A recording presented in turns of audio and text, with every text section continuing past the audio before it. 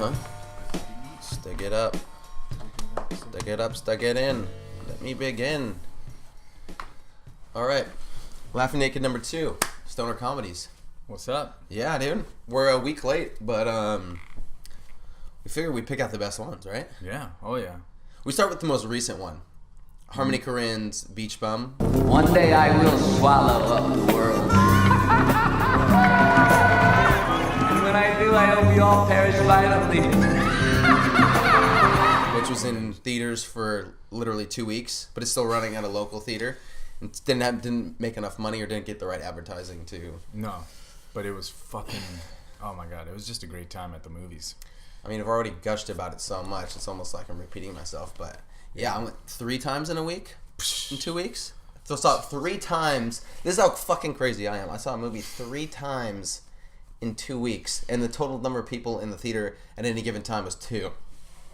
And I was with you on one of them. Yeah, and we were the loudest laughers by far in the theater. Yeah. But it's funny, it didn't get this premise. Harmony Korine's not known for making straight stoner comedies. No. And it really wasn't advertised as a stoner comedy. It was more advertised as basically, it kind of made it seem like Matthew McConaughey's cool enough to carry this movie. Kind of like one of those Chrysler commercials with Lincoln commercials. Yeah. I've never seen that before. It was kind of just like, come watch Matthew McConaughey be crazy. Yeah. Kind of thing. And it was so much more than that.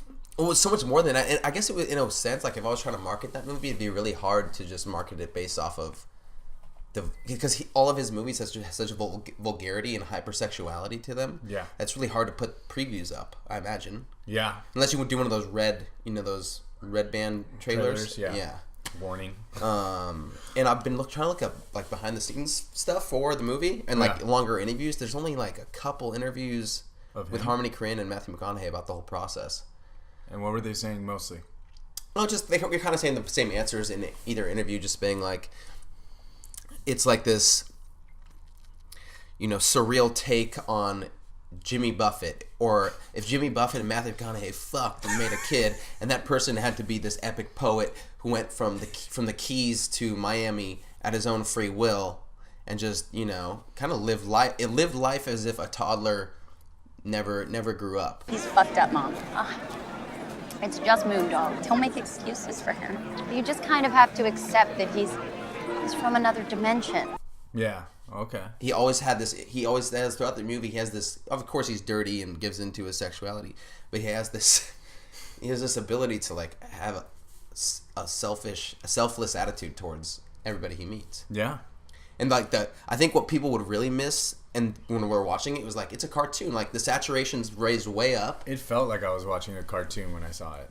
Yeah. Right. It was insane. The colors and the characters. Everyone like you could see Martin Lawrence's character as the like on a cartoon. Well, and that's basically his return role. Yeah. Like do it as opposed to do it because he gets a lot of scripts. He gets a lot of scripts, but he chose to do this absurd character of a captain who takes amateur dolphin tours. Right. Oh, it's a dolphin. Look at the baby dolphin. Look.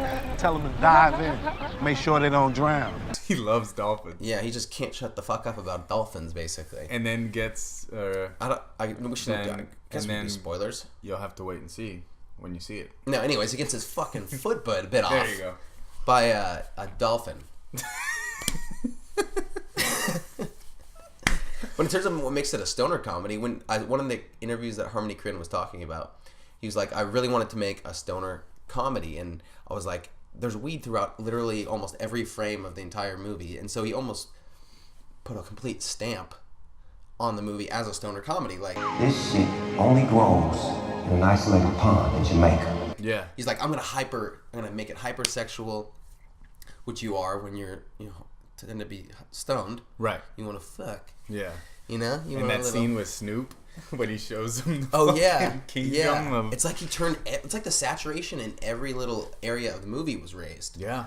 Like personalities, like Snoop was everything. Just, yeah. It was great. Even they had Isla Fisher, this bright red hair, looked in the turquoise, just Heather and I need you to come back home.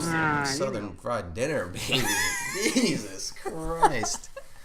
She looks so good. Oh my God, and the zoom ins on Snoop as, yeah, baby, I'm gonna show you the world. Yeah. Like it was like literally like a music video of yeah, girl.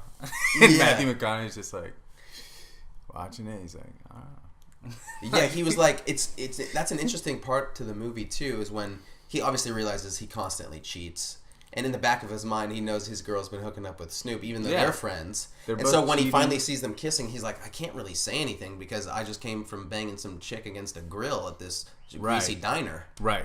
Yeah, exactly. Like, you can't do... Yeah. Yeah. But what was interesting to me about that was seeing two people that love each other cheating, but still loving each other. That was such an interesting layer to see because it's something you never see.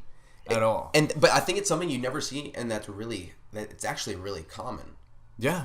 You know, I'm going to bounce tangent real quick because I was writing a little review for American Pie this morning, just talking about how it holds up over time, and there's such warmth mixing like really gross out humor with like a heart, and how Eugene Levy's like influence in the movie is he's really the Jiminy Cricket and this warm blanket that holds the whole movie together. Yeah. You know, and I'm like, and then on top of that, it's almost like sexual education. It's like we don't even at a young age, it's still taboo to talk about sex, like hooking up with people or coming, and like it happens, and people are still afraid to like talk about it. Even though that movie was in 1999, it's 20 years later, and people, there's still not much of a a renovation of sexual education in schools. Right. As far as I'm concerned. No. Yeah. I feel like even in middle school, there should be some sort of like, you know, sexual education. Like, show them American Pie. Exactly. Like, I mean, me growing up, I feel like I actually learned more about sex through movies than in those sex education classes. Yeah. It's like, show them a good film. And if you frame it from the right perspective, like instead of watching fucking what's the movie with the Mexican teacher that we always used to watch in school? They showed every fucking day when it was a sub. What are you talking about? The Mexican... Stand and Deliver? Stand and Deliver. Was that the one they used to show? Edward James Olmos. Like, You look fucked up, Senor Einstein. Hey, Senor Einstein, you look kind of fucked up sitting there, man. Edward James Olmos is the man, dude. But instead of showing Stand and Deliver for the 76th time, put on American Pie and just preface it with being like, you know, yes, this movie is very funny and very gross and this and that, but there is a lot to learn about you know, the camaraderie of being nervous about having sex. Yeah. And I think I touched on that because of the sexuality levels in Beach Bum aren't that out of this world, if you really think about it. Yeah. People cheat all the time and are cool with it. This whole idea of future love about sex is a lot less important than we think it is. Yeah. Depending on who you are, of course. Yeah. The more I've learned to understand the religious aspects of celibacy and waiting till marriage, there's a lot of pride in that. Yeah. There should be. Yeah. No, it's like, if you have the strength to be with somebody for a long period of time and not have sex with them, I mean, that's beautiful. That really is beautiful. Rare as opposed and to beautiful. I go 2 dates and I freaking having wet dreams while I'm awake. People nowadays go 2 minutes. Yeah. And they're just already like, oh, you know what? It's okay. And then they go their separate ways. Yeah, they caught What is that? They caught a cool breeze and just softened their Jimmy Johns. Right. You know? Yeah, but also with the Beach Bum, the thing I really loved about it was it's literally like, I love you for who you are. Yeah. Regardless of anything. Because it could have been so easy for everyone around them to just give up on this character. The way he was acting, the way he was treating himself. But they loved him because he was never mean. He was never mean. He was never mean, and he was never not himself. Yeah.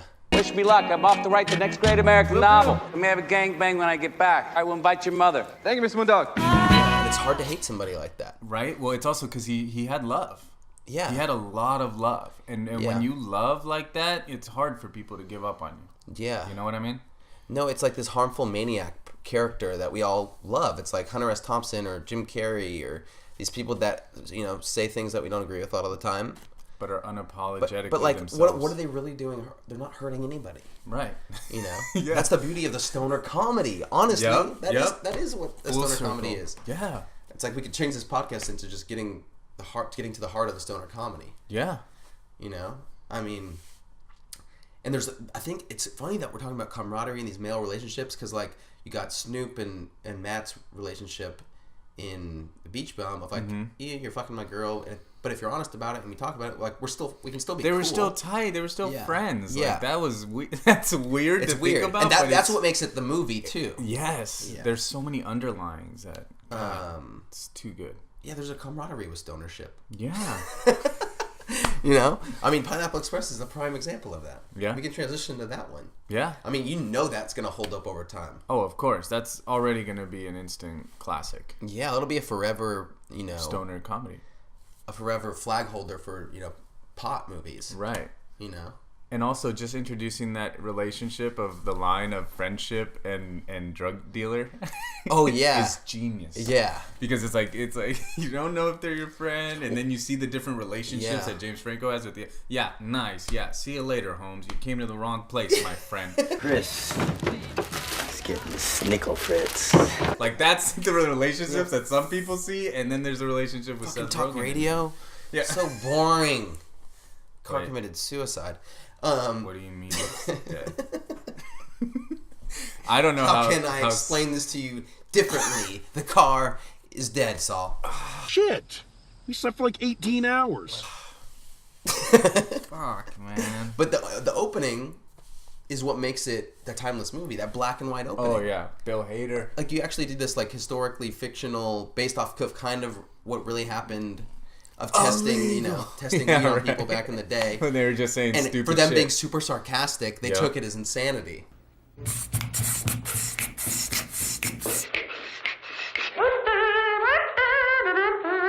Yeah. They took sarcasm as insanity back in the day. Right. Oh my, I think that's what... Yeah. I think that's what happened.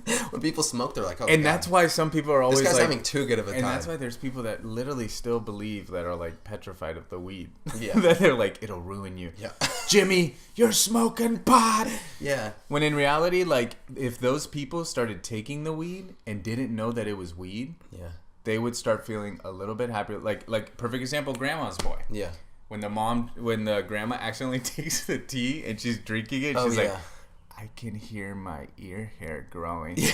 And it's just like, exactly, they're just saying silly stuff. But back then, they probably took it as something like, they're insane. It's making people crazy. Well, yeah, and there's a side of it that makes your cares go out the world. And I feel like I'm victim to this sometimes of when I abuse marijuana. I'm here today because I'm addicted to marijuana. I'm gonna give marijuana a black eye. But no, you stop caring about things, and there's a moment in Pineapple Express when when him and Angie already separated. He's at the payphone. He's like, Angie, I've thought about it, all that stuff. Yeah. And she's like, why don't you ever care about anything? I can't believe I'm in this situation right now because of you and your addiction to marijuana. I cannot believe I'm here. Huh? Cause I'm high. Yeah. Fuck. Yeah. I used to suck dick for coke. But then keep smoking. I'm like, dude, this is so me. But you're like, I made a mistake. Yeah.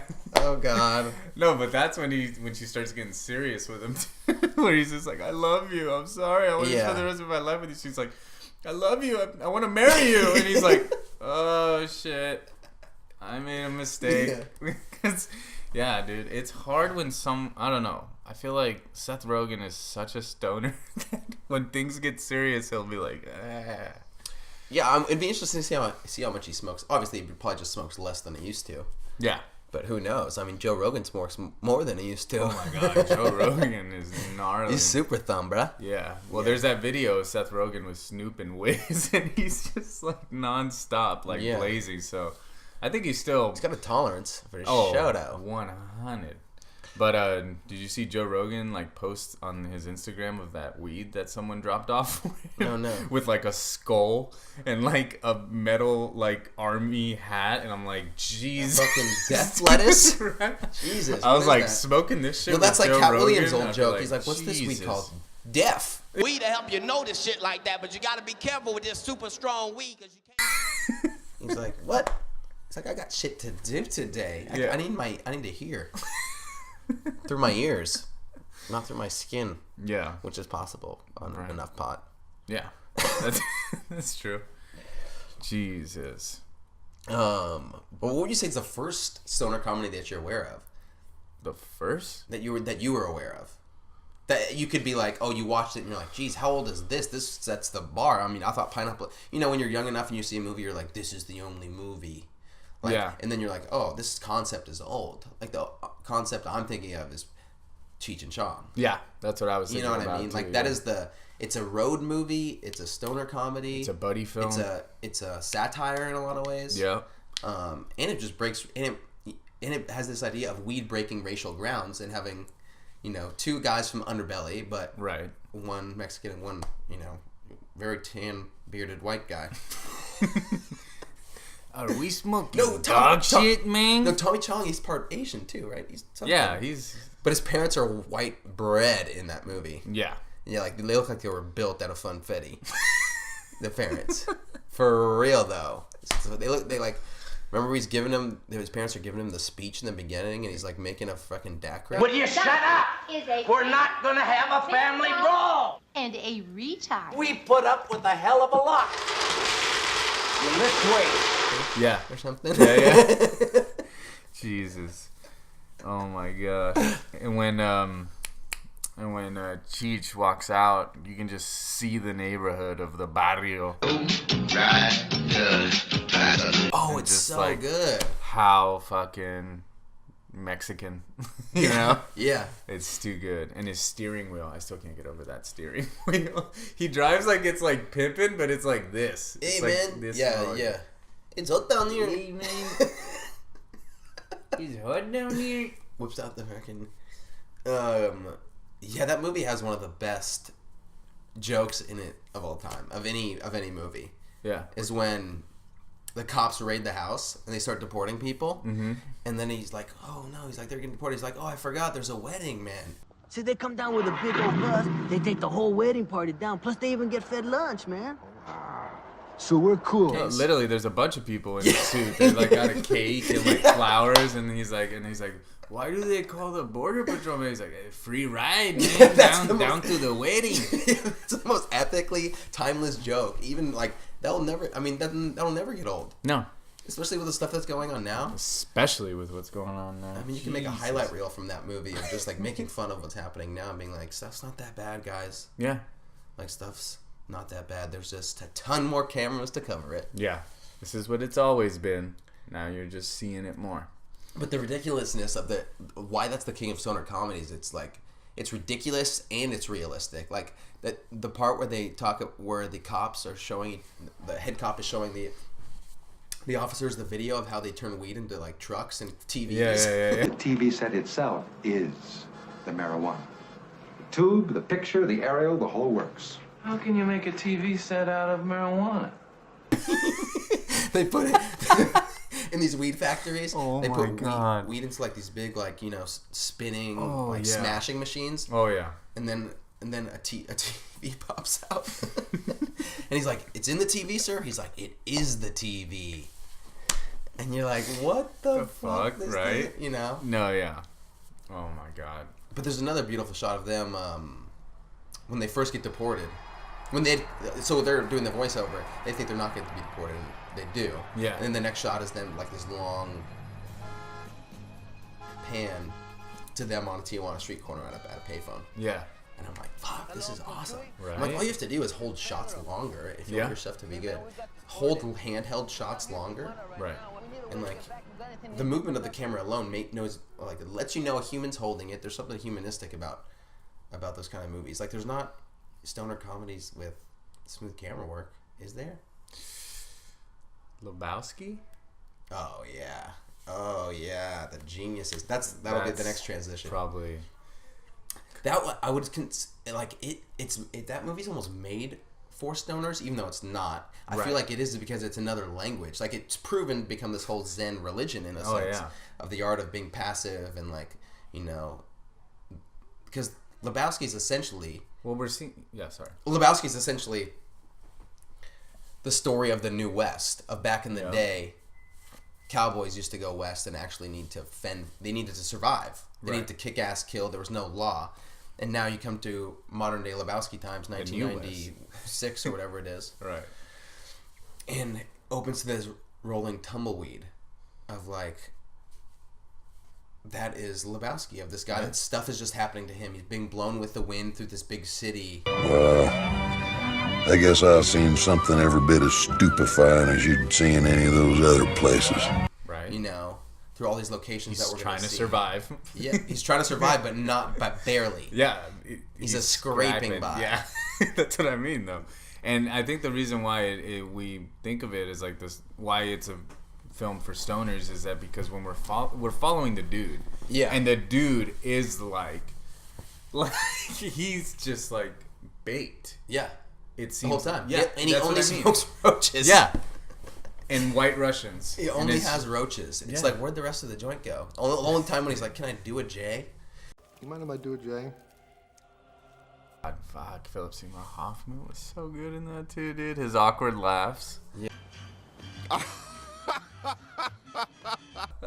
And that's another one. That's another one that the camaraderie thing comes back. Like the warmth of the story ends up being him and Walter's relationship. That's a whole new story together, really. Yeah.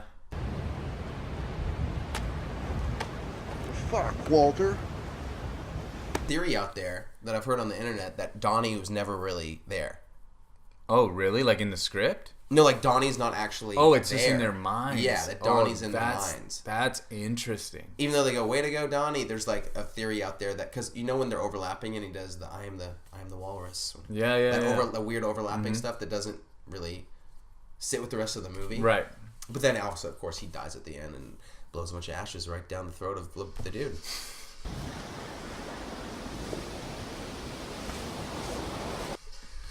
God, dude, that's a fucking great one. But no, that's probably some of the best camera work, in my opinion, that I can think of, other than Beach Bum. Yeah, right? And these other ones, like, there's one-offs. The stoner comedies seem to be cult comedies, almost all of them. Yeah. Like, they have such a following because there's already such a broad base of smokers out there. Mm-hmm. And if you advertise weed, you should have some sort of audience. Yeah. But it's funny because Harmony Korine is such a divisive director, they probably went over a bunch of stoners' heads. Where like you get advertised to for something like, Dude, Where's My Car?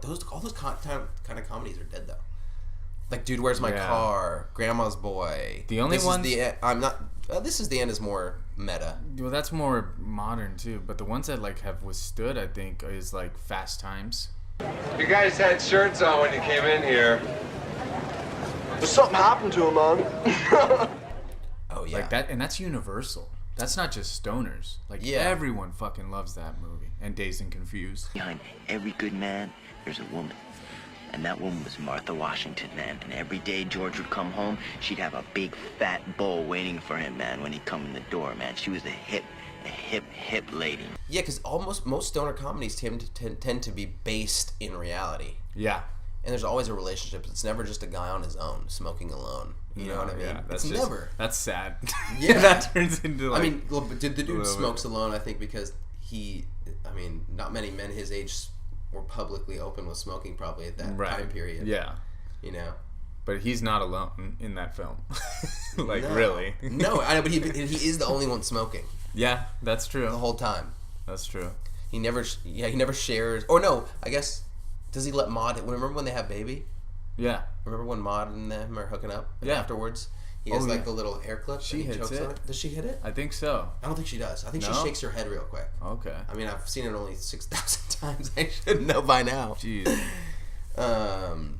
We gotta get back to that one. Yeah, so I think we're trying to get to the heart of what makes like a stoner comedy so successful. And maybe because Beach Bum, he doesn't really have one solid friend in it. Maybe that's why it wasn't advertised that well anyway.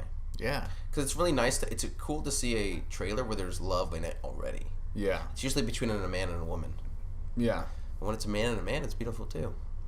Yeah. Another tangent, that Apollo... Or a woman and woman. Apollo 11 documentary I saw was all this brand new footage of that, just the 8 days that went on from the, 48 hours before launch and about 15 days after. But most of it was the 8 days that we went to the moon. And the beautiful part of it was showing everybody at the Kennedy Space Center in Florida, everybody surrounding watching it, all these thousands and thousands of men in the clothes of 1969. Well, we just sincerely hope that we measure up to that. Yeah. I didn't even realize this. Another tangent. I was just saying how beautiful all the the massive effort of a bunch of men working together was. Oh, well, yeah. Like, especially in the NASA command center, these rows and rows rows of geniuses working selflessly towards sending men onto... Like, if you really think about it, it's ridiculous. No, it's insane. It's something like 240,000 miles away, like that. I don't know what exactly is. I'm not a scientist, as you can see. Well, not only that, these people have people's lives in their hands that, like, they have to work together to make sure everything goes smooth. Imagine there had to be at least a couple handfuls of people that were watching the rocket take off and they were blitzed out of their mind. Oh, yeah. It's the guys who wrote Rocket Man. And they were like... Harlan Williams, shout out, by the way. Another half-baked actor. Absolutely hilarious. I'm somebody's bitch. If you want a comedian's amazing meta-comedian, awkward comedian that you probably haven't heard of, Harlan Williams. You'd keep your mouth shut if you knew it was good for you, buddy. Watch him. He's the best. Pull over. It's a cardigan. Thanks for asking. Oh, no, but I was going to say a tangent from that. I realized... because I was writing that Jimi Hendrix book. Yeah. So we went to the moon July 1969. August 9th or 10th, Helter Skelter happened. The Manson murders happened. Oh, shit. A few weeks later. Okay. 2 weeks after that, Woodstock happened.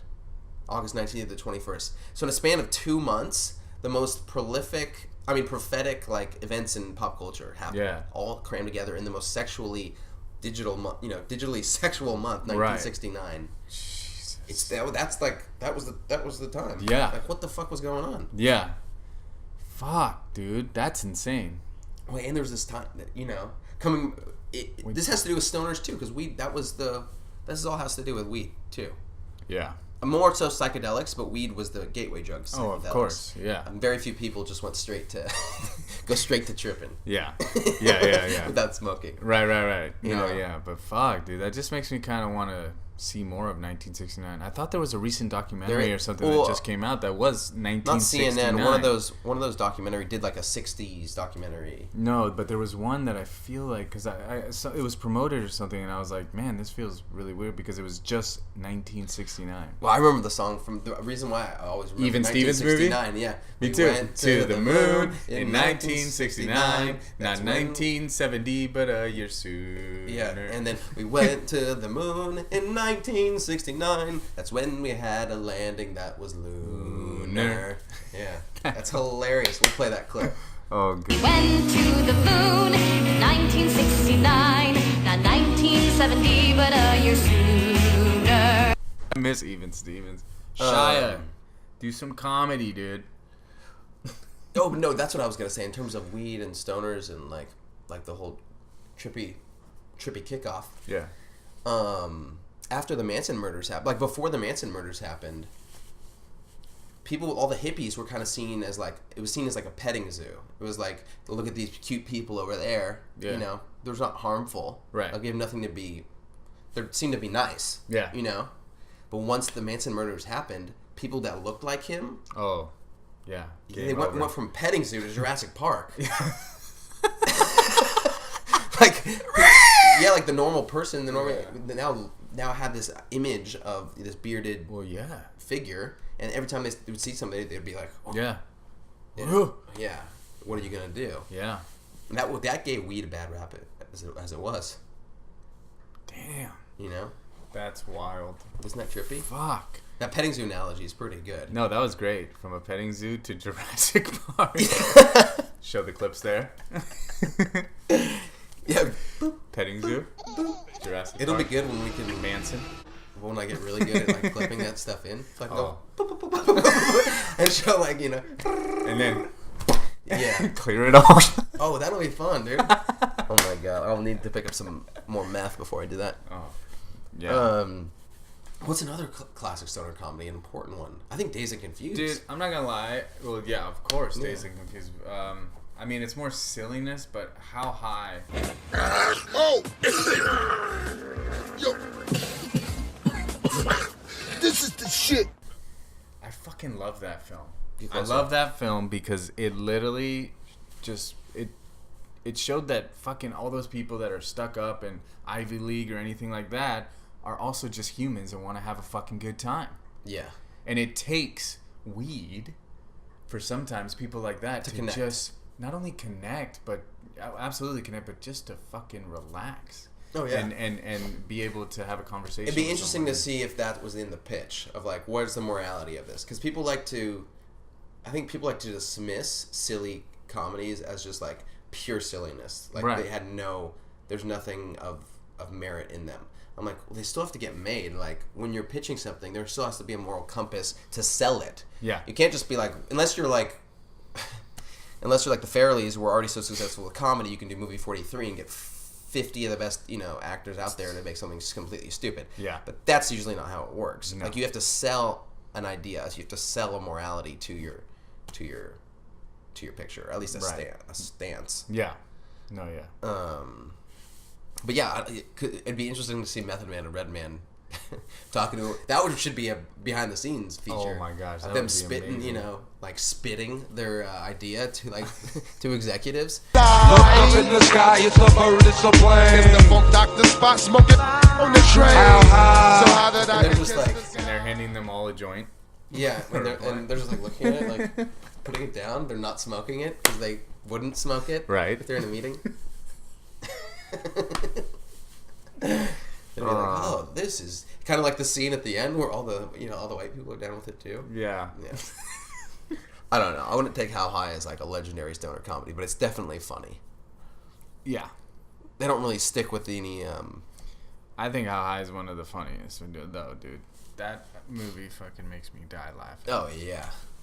It's in there, but it's like in that. I bet it came out the same year as like The New Guy. It looks exactly like the same time. I did like The New Guy when it came out. That was that's a one you rewatch. It's not even. It's funny. Yeah, but it's just like it doesn't withstand time. It's just over the top. Yeah, Eddie Griffin just is over the top, which I love Eddie Griffin. Though. Love me some Eddie. That crazy eyes. It's like somebody hit you in the back of the head and your eyes almost jump out your skull. We're going to take a break for our consistent sponsor. We love these guys so much. They keep us... Yeah, Jose, take your shoe off. We're actually just going to demonstrate how something like this would go on. Jose's foot's been bad for about 2 weeks. He stepped on a crab while we were playing Frisbee the other day. It was a huge crab. Yeah. Well, I'm not going to put the ointment on your fucking sock. Yeah, it was just the ankle. We'll just do a little ad. By the way, fuck Ben Gay. Right there. Yeah. Oh. You can hear it going on. Oh. Wait. That's smoother. Oh. Yes, for the best bomb out there, use Icy Hot. Oh, good. Oh, since it's coming up, what? Wet Hot American Summer. Oh, I want to talk about that because do it. That's another one people need to see.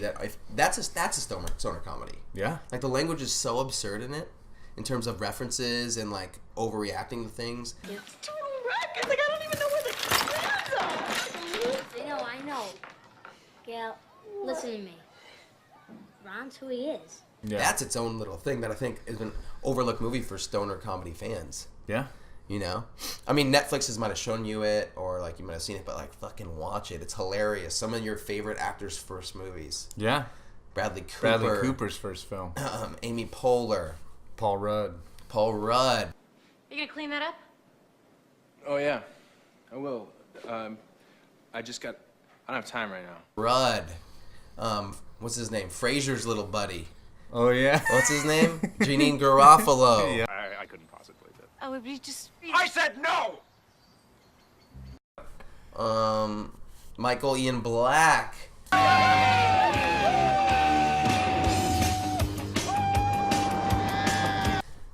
I wish I could rattle off these names more. More Red Bull. And what I love about that was fucking Bradley Cooper's character with the theater.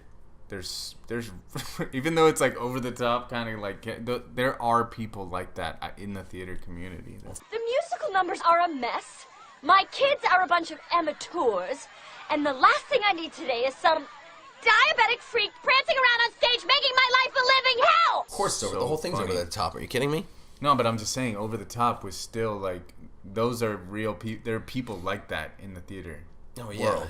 I mean, he's not even as over the top as Amy Poehler's character is. Yeah. But there's people like that too. Oh, like hers that are just like... No, but I think Wet Hot American Summer and a Wet Hot Butt fucking Summer too, because I think it's one of the only movies to actually show fucking skin on skin butt pounding. Oh yeah. You know? Bradley Cooper does he get it or give it? I'm not sure. I don't remember. You don't remember? You don't remember? You've seen it more than me. He gets it. He's the washing machine in this case. What? Because he puts his dick in the back and gets it, you know. He's the washing machine? He's the butt. That's what I was going to say. Yeah. I was like, wait, how is he? His butt's the washing machine. Clean that dick.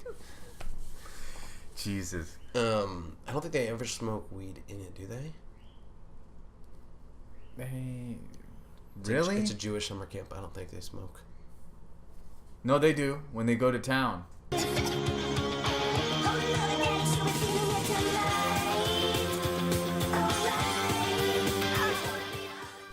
Oh yeah, they fucking turn up totally when they go to town. When they go to town, woo! They go to town. Oh, I love that. On the mota. I love that part. Right, me too.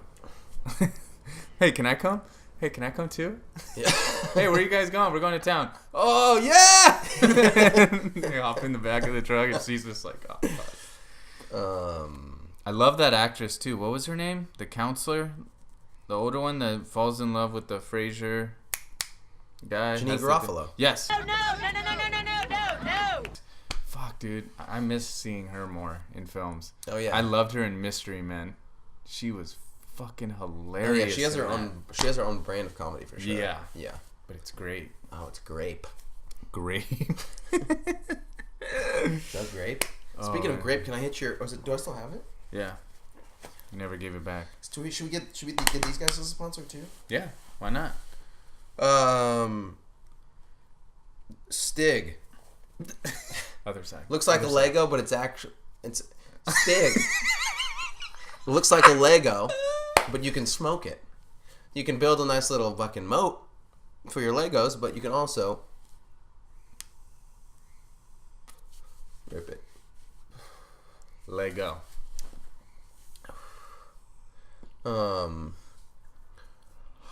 Instead of a stoner comedy, they need to be like a stoning comedy, like a bib. Oh, year one. Year one. Year one. That's kind of a stoner comedy. I think it's overlooked. It's an overlooked Harold Ramis script. There were definitely some stones Rest thrown in peace. to Michael Cera's face. It's just like, oh. God. Harold Ramis, Connection, Caddyshack, another amazing stoner comedy. Probably one of the most legendary improvisational duos in stoner comedies ever, of Chevy Chase and Bill Murray going back and forth. Yep. Talking about you can play 18 holes on this shit and then go home and get high to the bejesus belt. I don't, Sir, let's have a little bit of this. I get a big Bob Marley joint. Look at this. Here, try this. Carl, I really don't do this very often. The improv of Bill Murray is literally it's amazing to think that he didn't smoke at some point. Like, where if that sarcasm is just inbred. Maybe that's where our sarcasm started. Yeah. Inbred. Incest. Hey, incest is coming back in a big way. Bring it back. Bring it back. Bring it back. Now you can't be trusting all these freaking Muppet babies out there. No. With your cock. Why not just, trust somebody in your own gene pool? Yeah. Jesus. Gnarly. This week on Incest Avenue was killed then to fuck her brother. Jesus. Oh, God. And then they go to the family reunion to pick up more women. Yeah. Who happen to be their cousins. But only first, cousins. But first up, Anal Alley. Anal Alley. That's such a good name. Anal Alley. Damn. Anal Alley. Followed by Backdoor Whores. These are good titles for pornos. These are. Speaking of pornos, right. this is going to be involved with weed too. What? There's this thing happens when you go searching for, you go hunting for pornos. Yeah. When if you're stoned and you start reading the titles carefully enough. Yeah. You realize whoever's naming all these videos needs to have their own show. I don't know. We can dedicate a whole other episode to finding the funniest title. Yeah. Of any. It's usually like, old granny gets slammed by young Trojan or something. I mean, they're just very direct and to the point. Actually, I've never seen any granny porn. It's more see old men with like. Well, young ladies. I'm glad that you're not looking that up. I would be concerned, bro. Yeah, you don't want freaking. Speaking of granny porn, another great. You don't want like stoner classic. A guy named Tyler fucking Margaret. That's never gonna work out. Yeah, like watch out, Cecilia.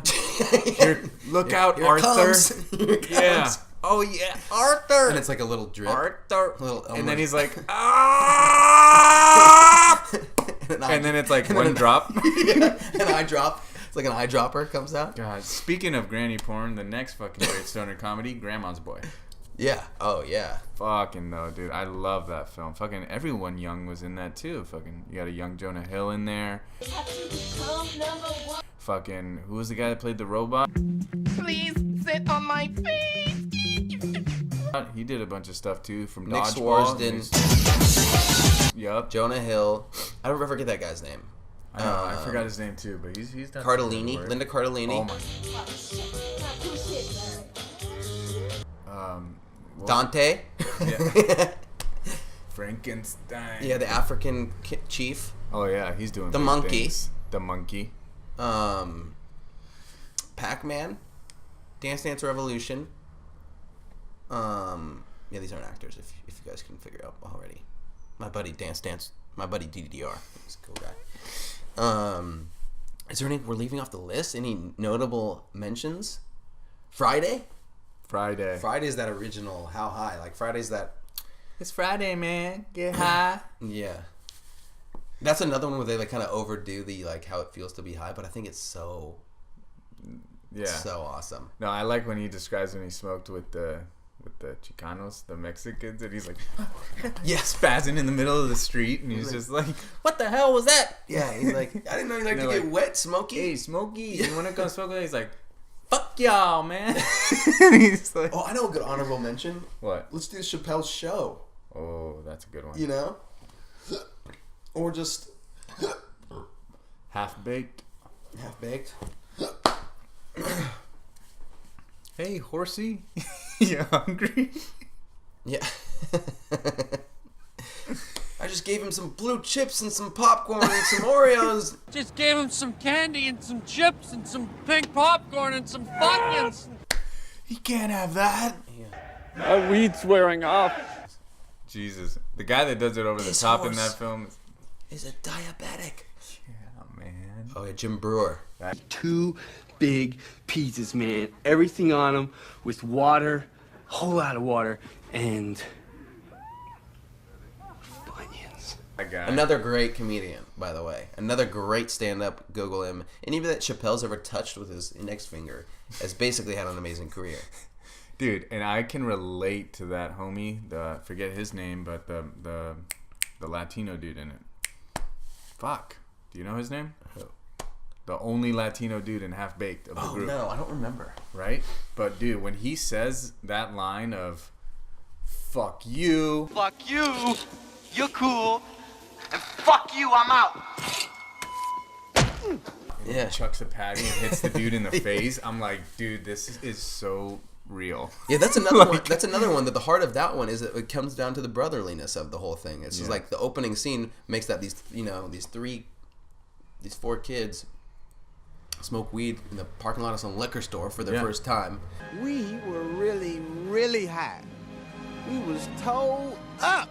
Yeah. They walk inside the store and he pops out of the icy, Yeah. And then from that point on, they're they're friends for life. Yeah. Right. And I think that's how you sell those movies. Like even like Billy Madison, stupid.